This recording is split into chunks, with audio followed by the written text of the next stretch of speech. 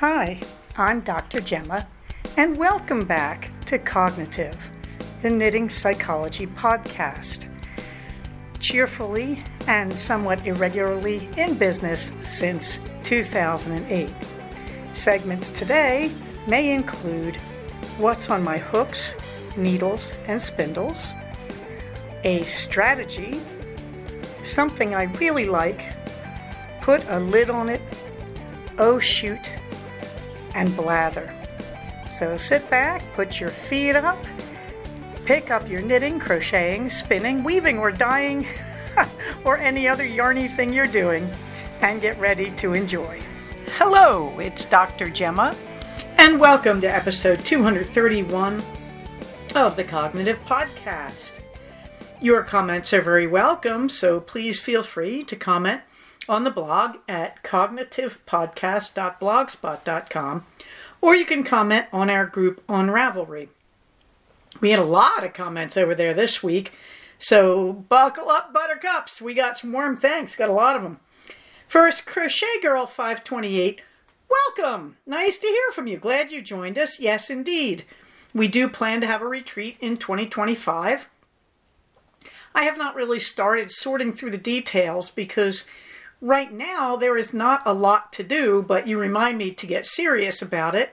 So I am hoping we will start looking at who wants to teach a class, who wants to even attend, and I will post all that information, I assume, starting in about a month from now. But it's a very simple thing to arrange these days, so I don't think it's going to take a lot of work to post this. But yes, as far as I know, we're going to have a get-together, and it should be pretty interesting. I'm not sure, because we've changed the format a little bit lately, I'm not sure how many people we will have, or if I will even set a limit on it. It should be pretty interesting. So, meanwhile, I have to also touch base with my faithful sidekick, Loretta 1031. That's a hint if you're listening there, Loretta, because probably I need a little feedback on format. Meanwhile, 2Y1X Mom. In the show notes, you will find the link for the various emotional support chickens, the ESCs, from the Knitting Tree LA's owner and designer, Annette. And the link will take you to her Ravelry page, and there you can see the various versions of the ESC. And I am really looking forward to seeing your emotional support chicken. The ever-faithful Sal Pal, well, I'm sorry, not sorry about that earworm from the Music Man. And by the way, please, a public safety announcement, please don't focus on my show notes while you're driving. That's a good way to get killed. I can't take responsibility for this stuff, guys. You've got to use your common sense, and if that fails, talk to 2Y1X. She might be able to loan you that emotional support chicken to keep you cool when you're driving. All kidding aside, thank you, Karen RS, for loving on my Moomin hat.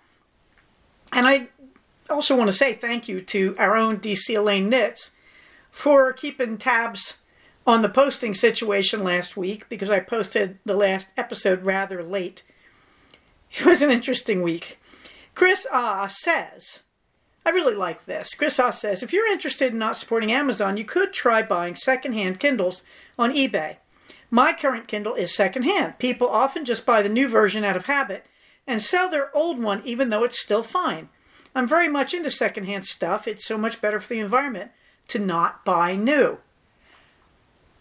Why didn't I think of this? That is so right on. I'll tell you why I didn't. It's going to sound a little naive. As I sit here, I'm looking at my Kindle collection, and one of them is from 2008. The things do great. It never occurred to me anybody would sell a Kindle. I know that sounds really stupid, but okay, I'm old and I'm overworked. What do you want me to tell you? It never occurred to me. And I ran into this same thought over on the e-reader subreddit over on Reddit. And they're saying the same thing. And I'm thinking, you're kidding me. Why would you sell a Kindle? They're perfectly good. And Chris gives the reason. Some people just sort of do this knee-jerk reaction to buy the newest tech. I can't figure it out, but that's who I am. I'm dealing with a lot of old tech around here because I'm in the school of thought. If it runs and it does what I want it to do, why would I replace it? Sure, ask me how old my version of Microsoft Word is. because in the 1980s it started doing footnotes really easily, and after that I haven't updated a whole lot. So thank you, Chris. I mean, that was the thing that really needed to be said. And finally, I wanted to thank Sage Pecos for letting me hear your voice. Yes, I do appreciate that you've been following us for years, and I really wanted to send you some warm hugs because you've clearly been through a lot lately. I think it was very gracious of you to post and to update me a little bit on all that, but I really thought it was incredibly gracious for you to talk about how the strategies have helped you. I'm just delighted to have you as a listener, and it's very, very important to me, as you can probably guess, after a total of about 450 episodes, that I want people to know these strategies. That was the whole purpose of the podcast. Well, there were a few purposes. That was one of them, to give cognitive behavioral strategies, to create a podcast about psychology that wasn't totally lame, because when I started this, they were. They've gotten better since. And also, I just wanted people to know that most psychotherapists are like me. We're just nice people. We're not going to accuse you of anything or bite you or scare you or threaten you or aggress you in session. That we're really just trying to be nice, supportive people to help you get through your problems. So comments like that mean a lot to me. And thank you so much, Sage Pecos. I cannot tell you how much I appreciated your comment over on Ravelry. And as always, I want to thank my community in this group, listening to the podcast, on the Grand and the SCV, and on Reddit. And yes, I still have up the link for the information for CFR 10 in 2024, because if you haven't gone to a fiber retreat, I want you to get a sense of what we do. So that will take you to the information thread on Ravelry. And I really just need time to sit down and work it out for this year. You know, getting the free time is a little challenging. I will have a 3-day weekend for Memorial Day, so hopefully I will be doing it then. Meanwhile, what's on my hooks and needles? Ha!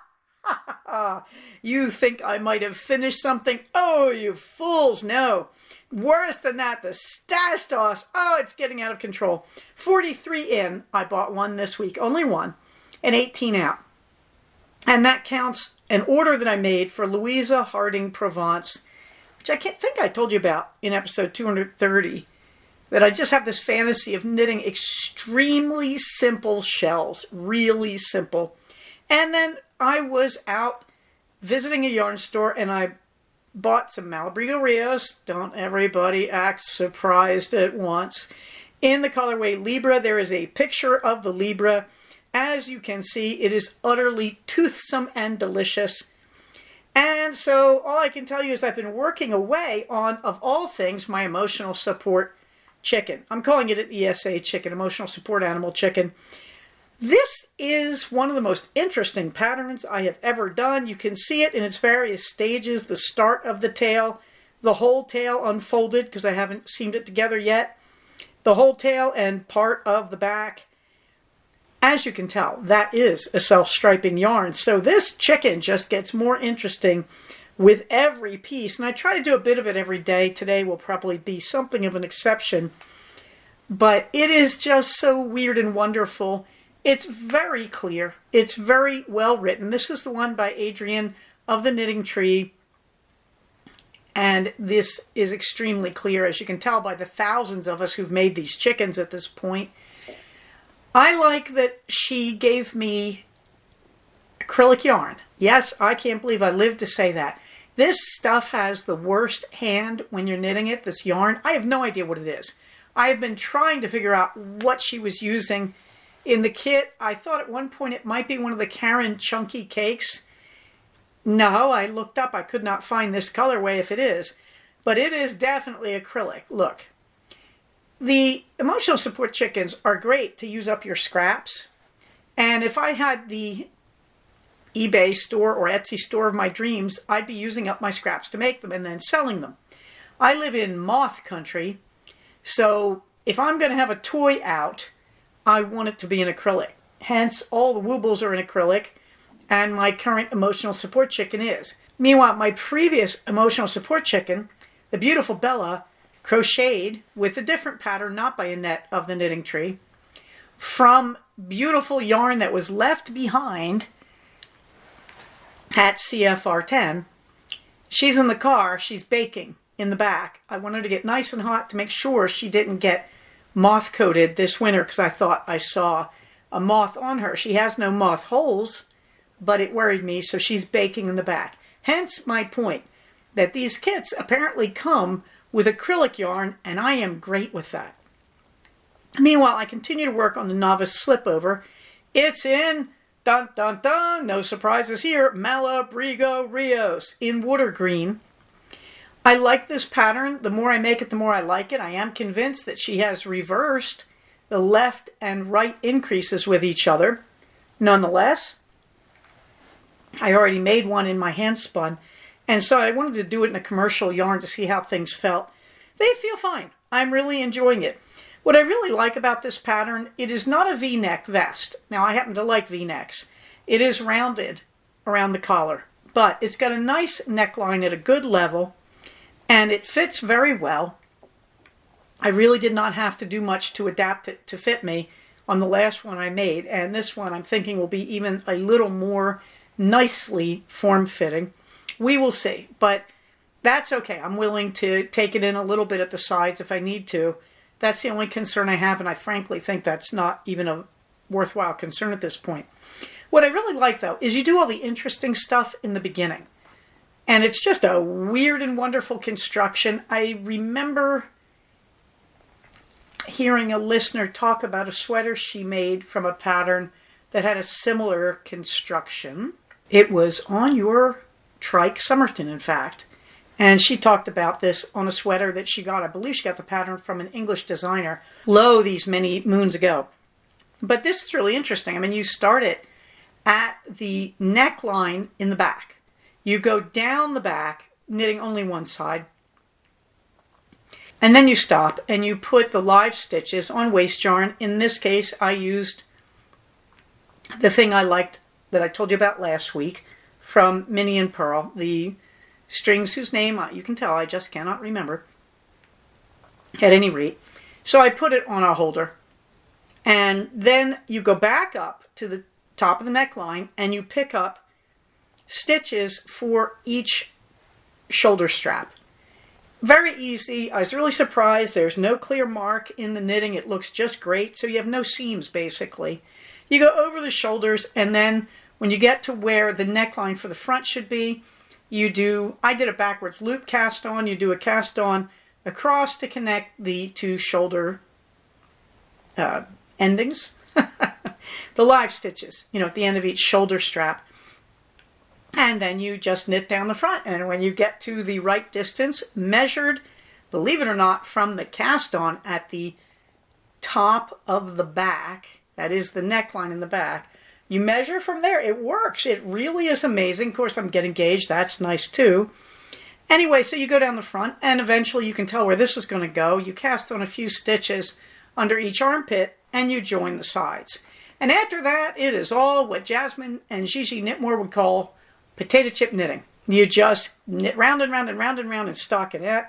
Yes, my tension changed. That's making me a little crazy, except the round and round part, it is a beautiful tension. I mean, it is practically tension porn. It is so even and machine-like. Not that I want my sweaters to look like a machine knitted them. I'm just saying. So there it is. And we're probably about an inch and a half under the armpit. So I got me some nice mindless stockinette for a while, and that's what I wanted. I really wanted to get another project down to just stockinette, because on the Blue Iris Blueberry Waffle socks, I had gotten through the first sock, you may remember, and I am so close to being finished the Blueberry Waffle pattern on the leg of the second sock, knitting down from the top, of course, and then it will become stockinette. So this is really happy. I always like to have at least one project in mindless stockinette so that I have something to knit on while I talk to people on Zoom or whatever platform I'm using. And it's just mindless. And I love that. You sit talking to people and your hands are busy. And not only do you have a good conversation with a friend, you get a sock, But right now my sock is train knitting, Because as I think I said last week, when you're traveling, you really don't take something too valuable with you in case you leave it behind. I cannot tell you how many times I went to Stitches and then read these tragic postings. The week afterwards, somebody left their insane masterwork sweater on a chair in the cafeteria area. Did anybody else please find it? Okay. The Virgo sweater, haven't touched it, haven't touched the 10 square bag or the Lakeside cardigan or the September sweater. Eek! I realized the September sweater, I should be crocheting that on the train because that is not highly valuable to me. And that's really just potato chip crochet right now. It never really gets beyond that. It's a wonderful, simple sweater, and I really want to get that done. But probably not for a while because the weather's heating up. So it's on to the small projects. No work on the quilt squares, thinking of small projects. Now I know, a quilt, but Gemma, that's big. Well, you piece all summer and then you quilt all winter is the way I used to do it when I lived up in the bitterly cold southeast corner of Washington State. But right now, I just have so much going on and I really wanted to use the cold weather to knit and to knit the heavy stuff. So it has been a heck of a sweatering winter, hasn't it? Dizzy Blondes. Well, I haven't done a lot of real progress. Today, I did skein up one of the bobbins, the one that is a ply of cashmere against 2 plies of the Blueface Leicester. All of this from Lisa Souza. And I washed it, and I think I got something like 167 yards out of it. It is drop dead beautiful. I was going to use it to make a Sophie scarf and a hat or something. I'm looking at it now and going, surely there is some company that makes a color close enough that I could do some kind of clever gradient work and make a vest. But yet, I have enough of the Cereza in Malabrigo Rios to make a red vest. Who knows what I shall do? At any rate, I skeined one up. I have a ton of stuff to spin from Lisa Souza that I just was collecting. So hopefully I will get onto that as the weather warms. And again, this is all on my electric eel 6.1. Let's get on to a strategy, shall we? I think I'm going to start with Finch because another one of you lovely people joined me on Finch, I think. I can't quite tell. But I am going to say welcome to, I believe the name is Monica and Burb. Glad to have you with me. I am really enjoying the Finch app. I am not going to be shy about it. I get so much done. Okay, I know. I also enjoyed the Hero's Journal, and I still am. I still am using some of its progress sheets to keep track of my financial work and all that. And so, I keep thinking, well, is it so bad that I'm more switching over? No, I was on the Hero's Journal that was like Harry Potter, and it got boring. The original Hero's Journal that imitates Tolkien was really cool. This one, not so much. That's kind of why I slacked off. There is a third one about space. And what can I tell you? Finch came along just when I was too bored to continue the Harry Potter themed one. So I'm really enjoying Finch. Finch is what I want. It's like this kind of dollhouse game where you're dressing up your bird and you're talking to friends and you can send them gifts and help them dress their burbs. Yes, burb, I did say it. B as in boy, I-R, B as in boy. You can decorate your Finch's home. There's an enormous range of things you can play with. People are doing cosplay on it. It's a little mind-blowing. But I'm getting through about 60 goals a day. Some of them are very simple. Like the first one is get out of bed. Because there are days on the weekend where I just want to lie there and I think, that would be fun to sleep in. But I will regret it later. And I know this. I would rather get the morning hours for my use because I function much better in daylight and go to bed in the dark instead of staying up all night, which is my usual bad habit. At any rate, I'm having a great time with Finch. The strategy, meanwhile, is a good oldie strategy, and that is slow and steady wins the race. I was thinking about Finch and how successful I feel with it and how I'm just having this spring revival, which I do every year, and I think many of us do, where I sort of slowed down in the winter, except I had a pretty good winter, I got to admit. At any rate, hey, okay, just cut yourself off, Gemma, and contradict everything you're saying. That'll don't make sense to them. All right. Meanwhile, I'm having this spring revival. Okay, I always get a burst of energy, and I'm getting ready to run again. And I'm exercising on my bike desk every day, usually about 30 minutes, just to kind of warm myself up for running. I'm stretching every morning. This is all Finch. Planking, yes, I'm planking, and I'm enjoying it. Not for a long time. I am 64, but I want to make sure that ab strength stays with me. And I was thinking about all of this today, and I was looking at Finch, and I was realizing that I don't know if the rest of you are going through this, but my life has gotten a lot faster than it used to be. That the pace of the world is faster, and it's got a lot to do with the corporations getting bigger and running more of our lives and making more productivity demands on us. And all over the internet, you see these memes about you can slow down, you don't have to be so productive. But in our working lives, we really don't have that. We really are forced to be very productive. It's not very slow-paced. And I was thinking about all that and thinking, this has trained many of us away from the idea that, as my hero, Benjamin Franklin, would say, little strokes fell great oaks. We want things to happen fast, including our goals. And that's a huge thing in therapy. Patients come in with all sorts of problems, from parenting down to personal loss, and they want me to wave, I joke about this, the magic wand of therapy, and tell them, here's what you do and you will be okay. My favorite one for that is motivation. They come in and say, I have no motivation. And apparently I am the motivation fairy or something. Like, apparently people really do believe a therapist is going to wave the magic motivation wand of therapy, or that we know some wonderful secret about it. We don't.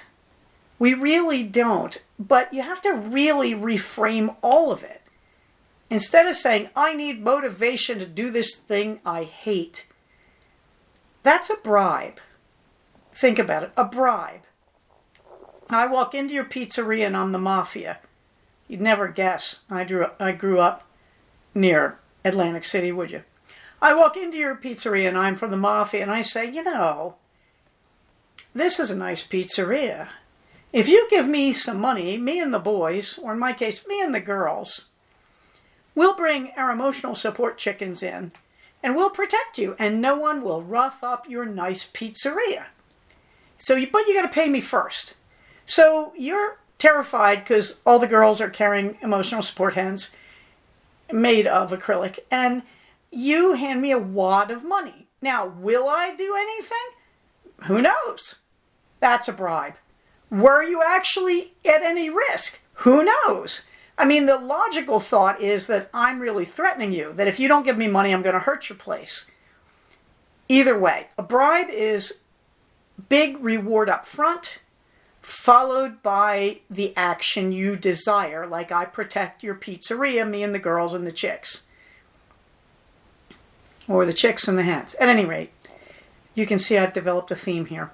It's late, I'm tired, but I'm enjoying this immensely. I hope you are. At any rate, that's a bribe. And that is the motivation trap. That people treat motivation like a bribe.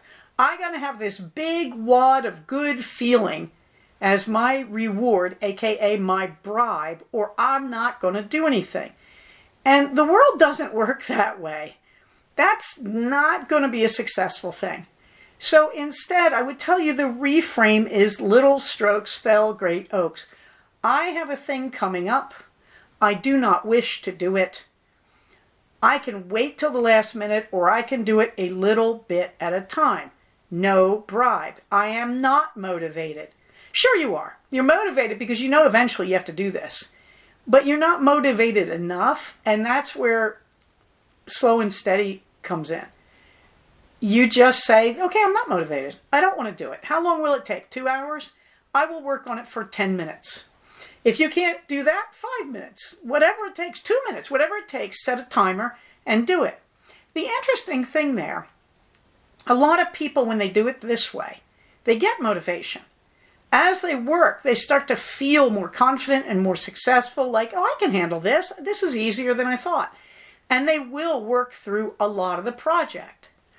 But what they're doing when you do it in little increments is you're buying time for yourself to revise and improve and perfect.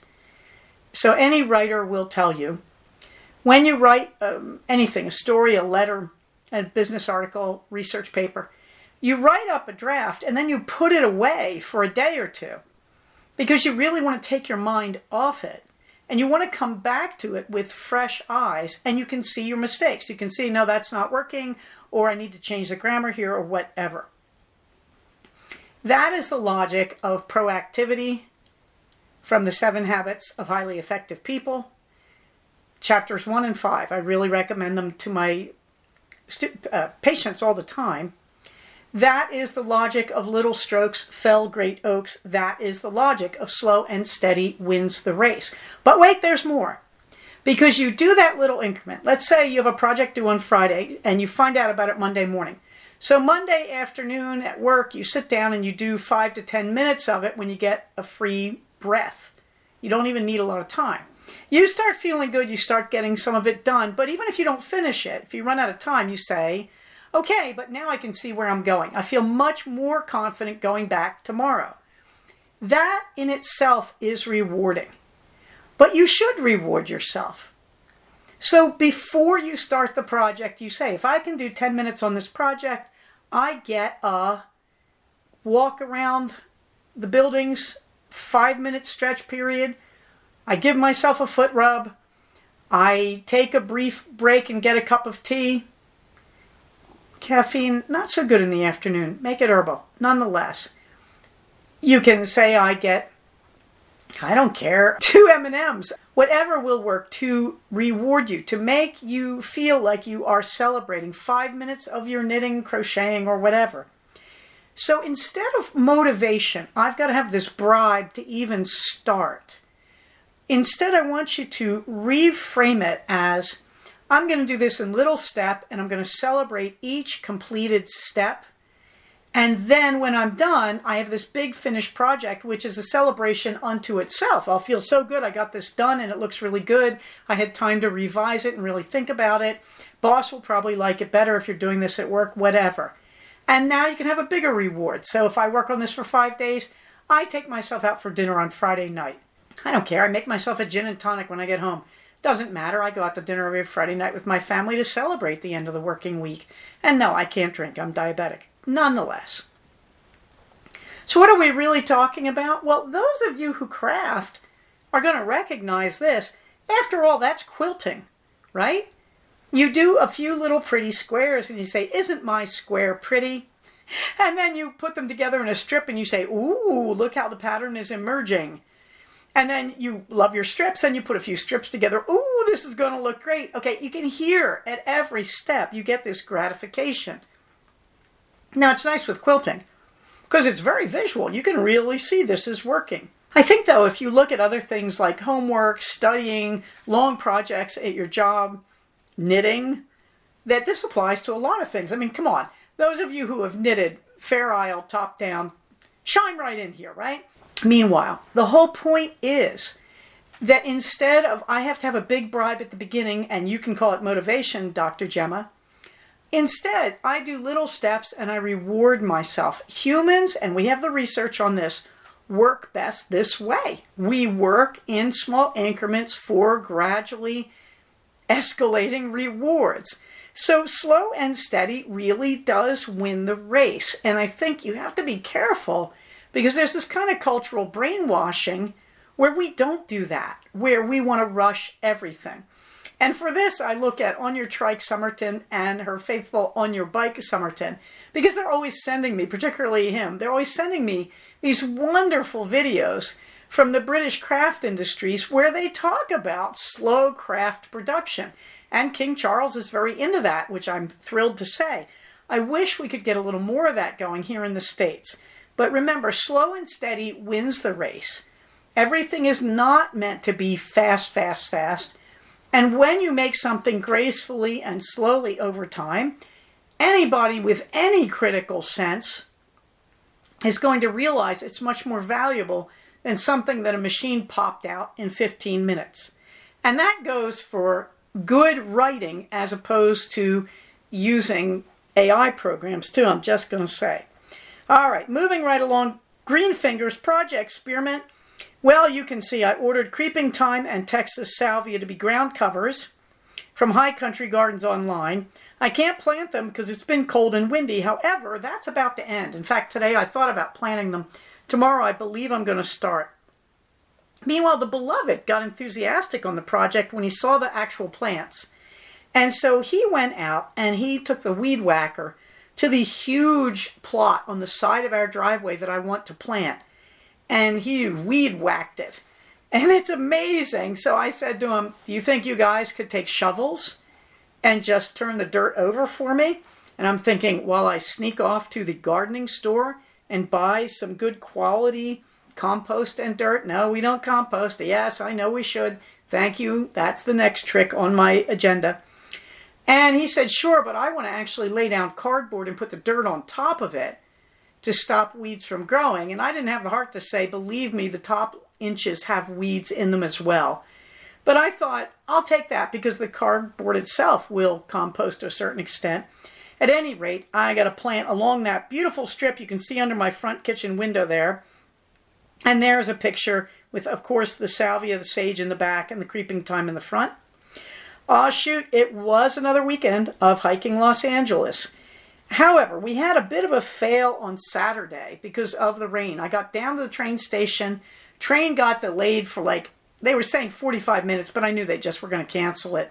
And I'd be standing there for an hour. It was freezing. It was windy. It was pouring rain. I went back to my car and said, forget it, because what I was going to do was go down to just a get-together from my job. And I thought, I really want to meet these people, but this is too much. So instead, I just buzzed around the Santa Clarita Valley, had a lovely lunch, had an enormous stroll through Barnes & Noble. However, you'll be happy to know, on Sunday I did take the Metrolink to LA Union Station, and from there I ran the A train up to, I should say down to Little Tokyo, had a fabulous lunch, I'll talk about this in the blather, and then I took the E train all the way out to Santa Monica, and then took a healthy little hike to find the yarn store of the week, and we shall get to that. In the meantime, upcoming the Forever Brave 5K, May 25th, and in the show notes you can see the other ones coming up. Let us roll on to the fluffy book, shall we? Well, I'm still working on Georgette Heyer. I re-listened to Black Sheep. I really gave it short shrift last week, saying I thought it was kind of simplistic. And I was thinking a lot about it this week and realized that is not fair. And the first time I listened and read it, I did not like the ending. The second time I said the ending is brilliant. And the really interesting thing is the Black Sheep label on these two main characters. They both live up to it. And the whole point through the novel is they keep talking about how they don't, how they've kind of reformed and everything. But the ending is 100% black sheep on both sides.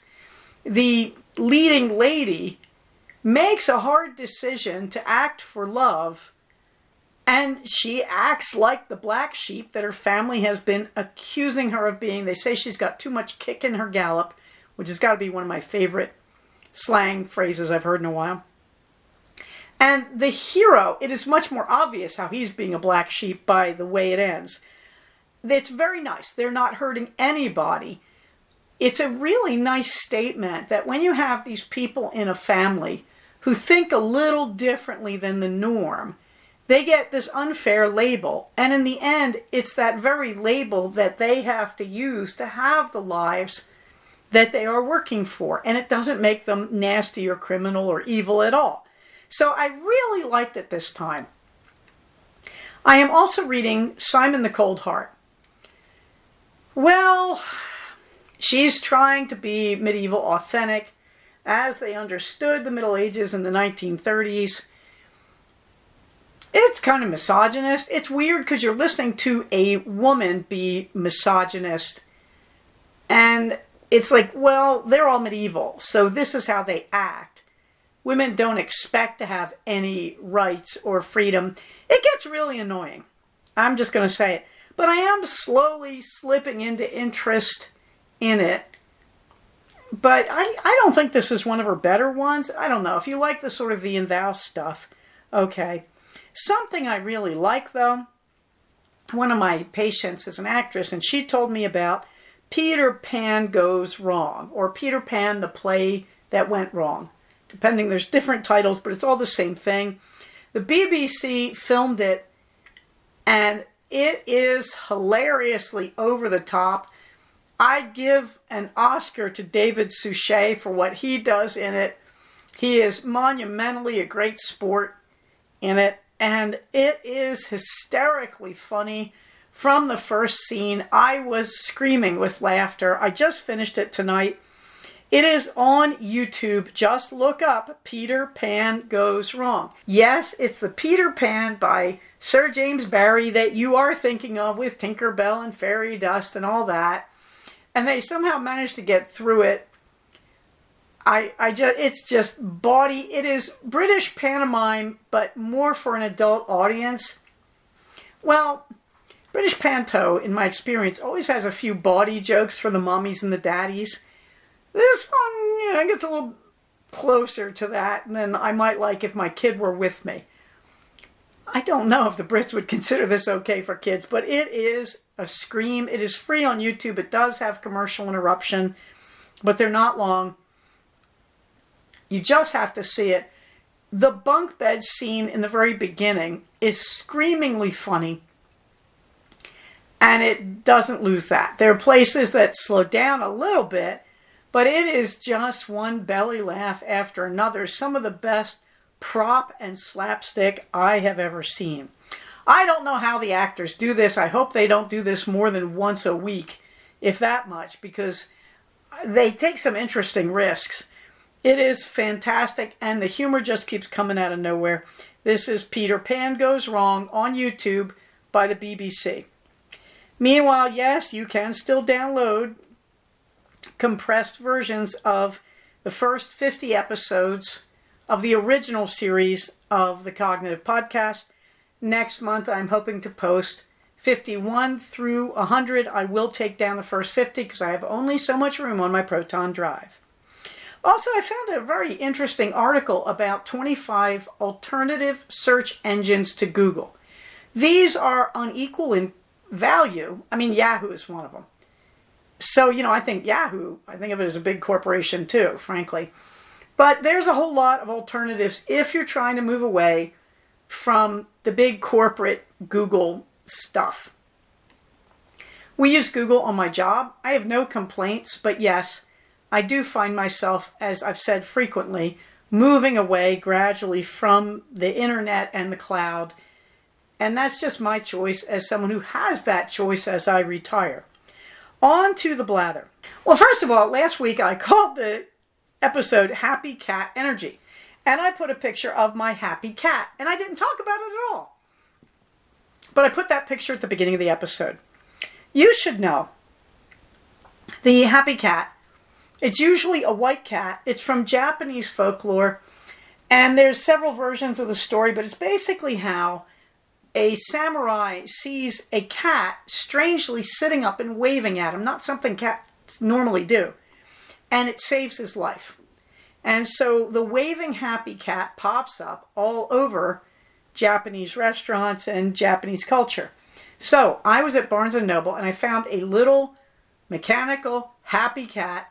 Little tiny thing, costs like $6. It has a battery already in it and it waves its paw when you turn it on. I got one for the beloved. He put it on his desk, no big deal. He didn't even learn how to turn it on. So I got me one last week at Barnes & Noble. And Happy Cat is on my desk. Okay, sounds good, right? So I got it about 2 weeks ago now, and I turned it on, and I had the best day ever. Like, I turned it on for about 3 minutes because I didn't want to kill the battery. Turned it off. I just had a great day. I thought, this is really a scream. So periodically, I turn on the Happy Cat, and he waves at me for a minute or two, and I turn him off. And I just have a good day. I swear there is Happy Cat energy. And that's what last week's episode was about, where I was feeling really positive after a week in the presence of my waving happy cat. Meanwhile, I've told you there was the Saturday train fail where it just rained too much. Fortunately, I scraped myself over to our local Barnes & Noble. I thought about it and said, what would I have done when I went down to the city? Because this lunch get-together was at 2:30. And I thought, well, I probably would have just gone to Glendale and gone to Barnes & Noble, or I would have looked up a Barnes & Noble near where the lunch was going to be. And I thought, well, we've got one in the Santa Clarita Valley. In fact, we've got one up in the Antelope Valley north of me. Why not just go there since I'm at the Santa Clarita train station? So I went to Barnes & Noble, and I had the happiest 90 minutes just roaming around and buying little things like, yes, I found a lapel pin of Moomin Troll, and he is now on my traveling bag. And I just love the Moomins, and thank you to our own Karen R.S. again for loving on my Moomin hat, just saying. So then I rolled over to Cheesecake Factory, because if I'd had lunch on my own, I probably would have gone to Cheesecake Factory after Barnes & Noble. They are side by side outside the Glendale Galleria. So I thought, good enough. I went to Cheesecake Factory, and I decided that I'm working hard this month on lowering my blood sugar before I see my doc. So I thought, instead of having the low-carb cheesecake, which is no extra carbs added, so that's fine on the cheesecake part, but on the crust, no, because I'm sure it's got carb in it.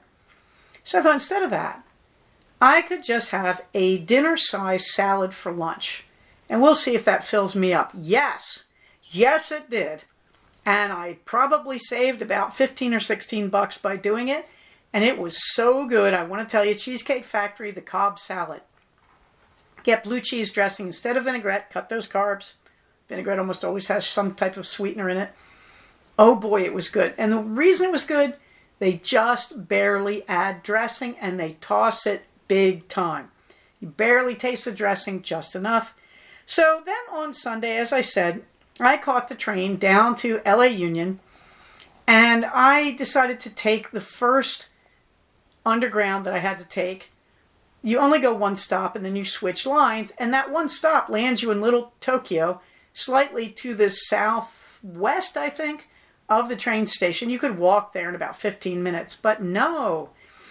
I took the train because I didn't know if I walked there where the subway station would be. So anyway, right next to it, right across the street, there is a fantastic restaurant, Gazen, and I was the only non-Japanese person in there. I had the most amazing lunch. You can see pictures of the outside of the restaurant. There's the inside. I got there just when it opened. I said I would like the lunch that is sashimi and fish of the day. And the lassie said to me, fish of the day is salmon collar. Are you okay with that? And I said, sure, because I've always wanted to try it. Here's what I did not know. It comes with the fins, which is okay. And you're supposed to hold it by the fins the way you would hold a chicken leg and nibble the stuff off it. The salmon collar is incredibly rich and fatty. Oh my gosh. If you can imagine really tender salmon coated in butter. No, it wasn't coated in butter, kids. It was the fat. Holy Moses, was that good.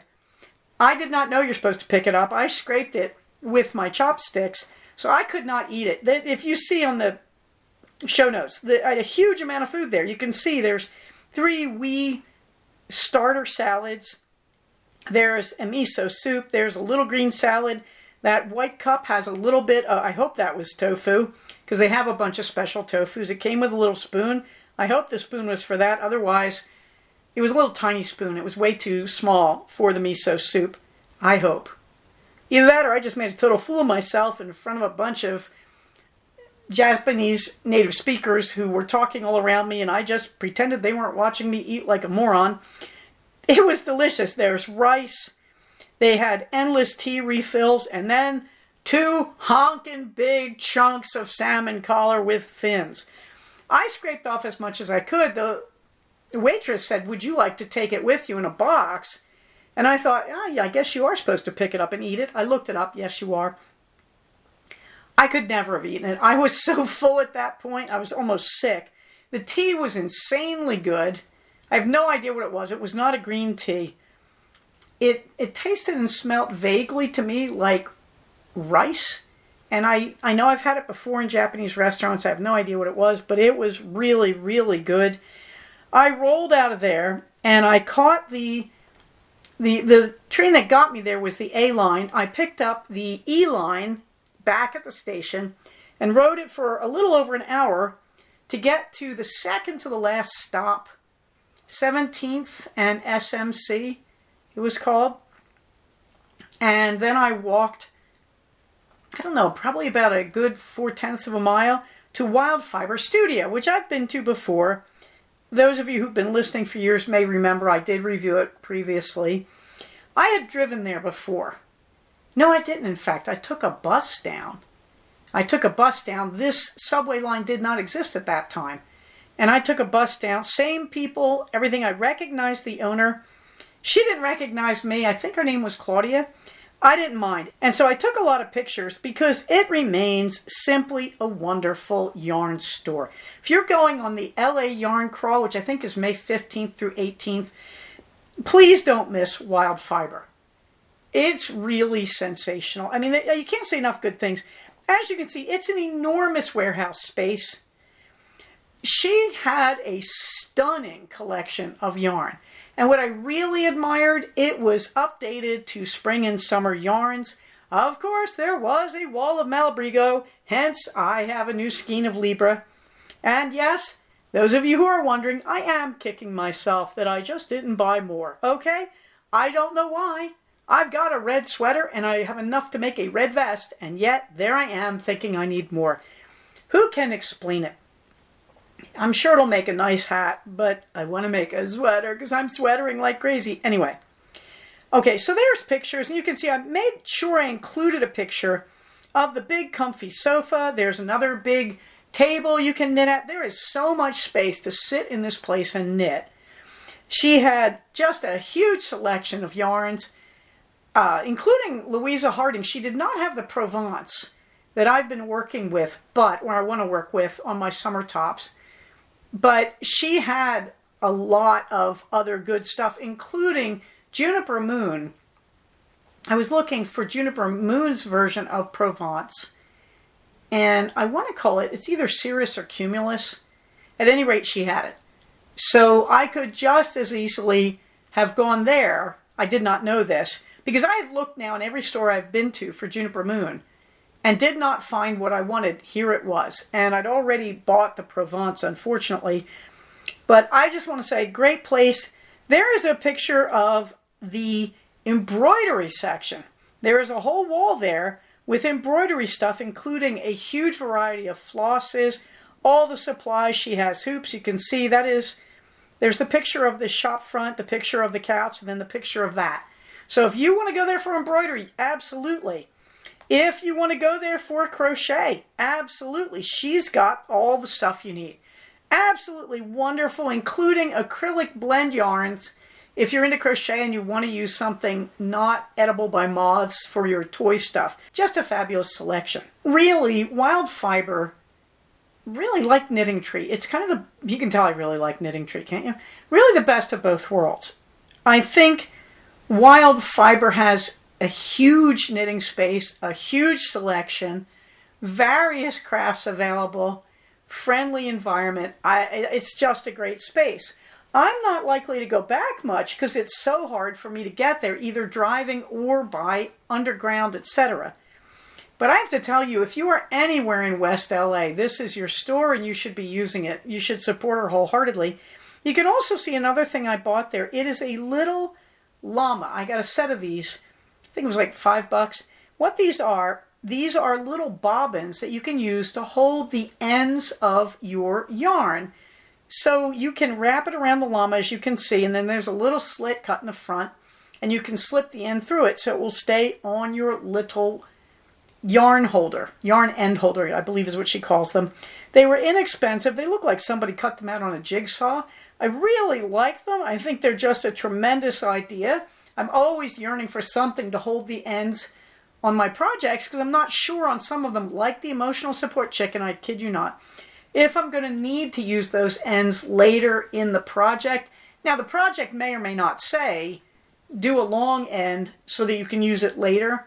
But I often, when I'm seaming a project like the chicken, I will often do long ends in the beginning and incorporate them, and at the end, by the way, and I will incorporate them into the seaming. So I thought the Yarn Tail Keeper was an amazing thing. Now, last week, you may remember, I went to Ventura Boulevard in the San Fernando Valley, which is north of the LA Basin, for those of you who aren't locals. A lot easier to get to. And last week I had the fabulous experience with L'Atelier, which is another place I really like, and I do wish to go back to on these jaunts. But I also went to La Knitterie Parisienne, and I had a really strange experience there. So I wanted to kind of give it a week to mellow. First of all, it was a good experience.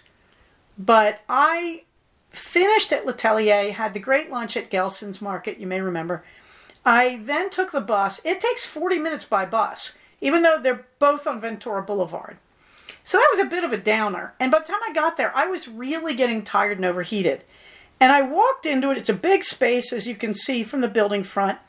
And when I got to the back, I did find those 2 emotional support hens, which made me happy.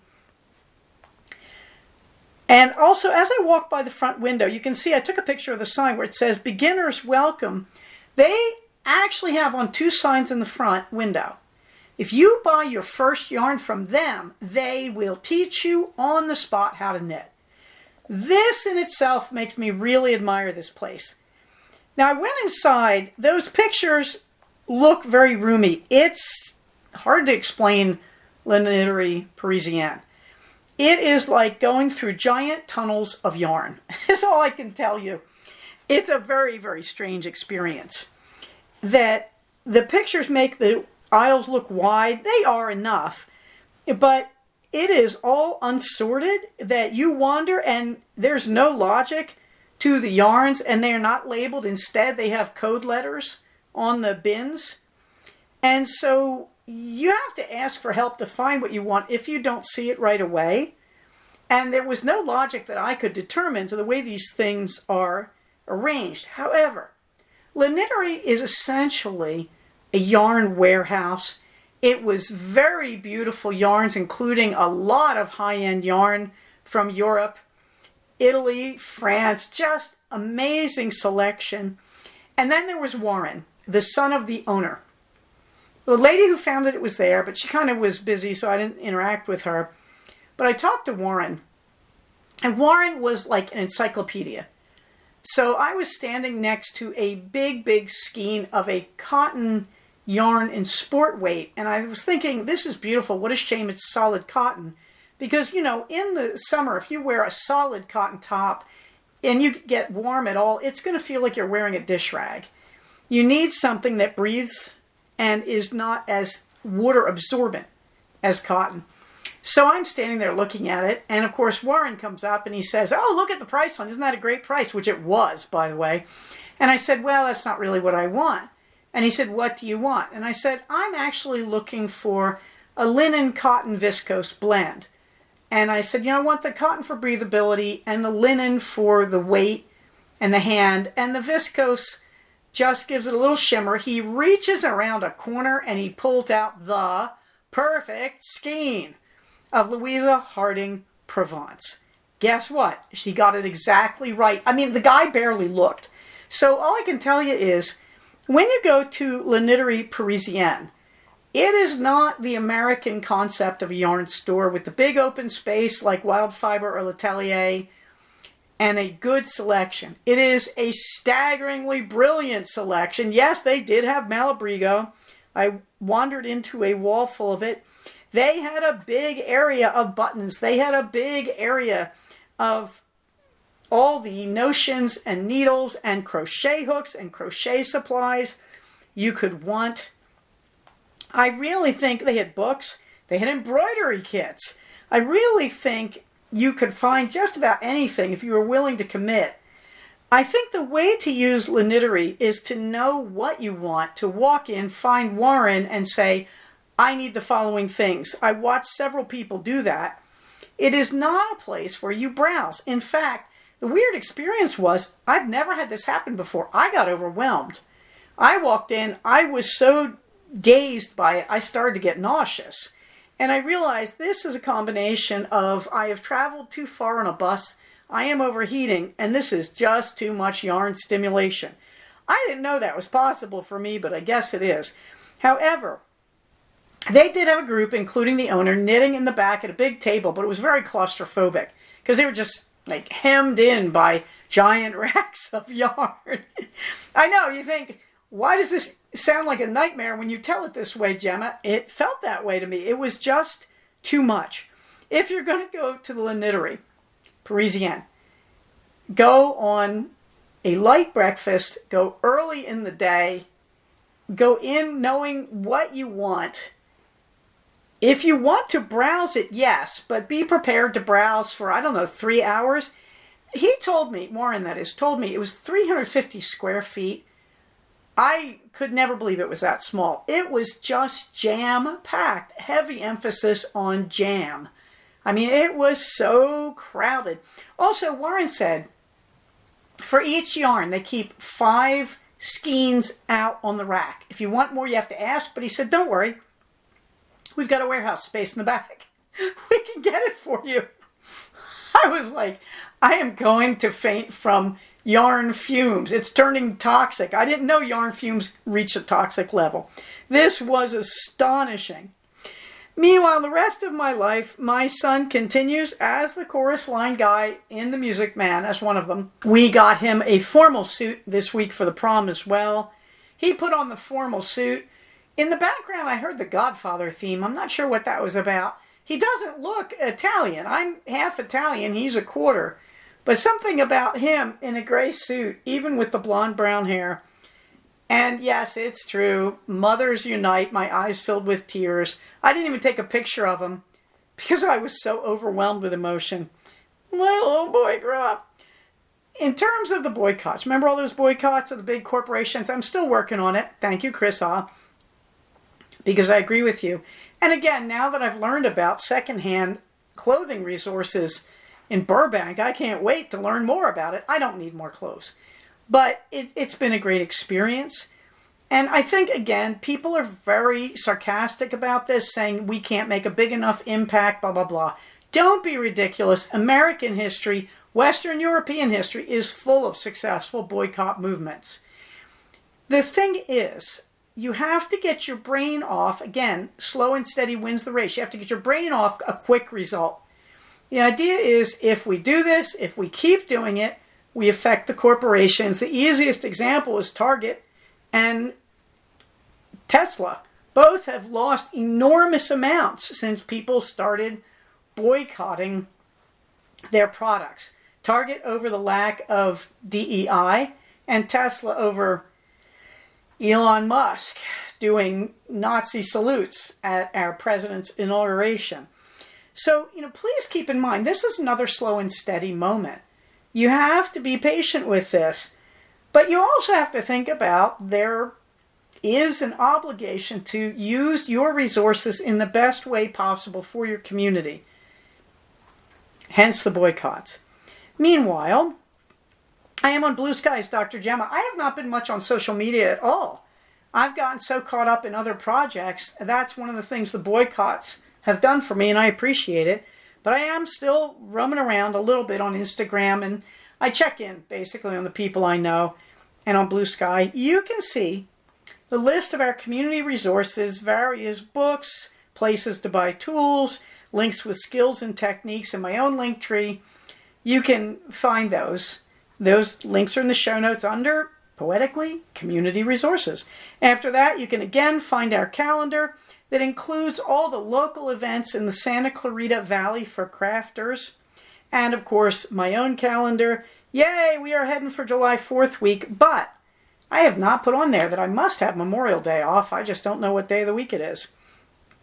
Meanwhile, CFR 11, October 11th, 2025. Mark your calendars. I'll give you plenty of heads up. Minerva gets the last word, and of course, she's sort of mystified why you have to tell humans to do slow and steady. She's a cat. She says, why don't you just sleep 17 hours out of every 24? It works for me. Just be a cat. We're always doing slow and steady until we pounce.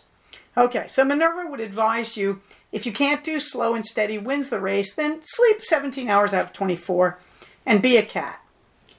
Don't be a depressed cat. If you're sleeping that much and you feel depressed, see a therapist. But the rest of the time, be a cat. In the meantime, everybody remember, we are a community. The community is where we have our greatest strength if we can work together. Because when you take care of the community, you are taking care of yourself. And everybody, stay safe, take care of each other, and I will talk to you soon. Bye-bye. So we have come to the end of another episode of Cognitive. Please do not use this podcast to diagnose yourself. If you think you are having a mental health problem, please contact a licensed mental health professional. Show notes for these episodes can be found at cognitivepodcast, all one word, .blogspot.com. Episodes can be found at iTunes under the name Cognitive Podcast, but also can be found posted next to the show notes on the Blogspot page. Thank you so much for listening. Everybody, stay safe, take care of each other, and I'll talk to you soon. Bye-bye.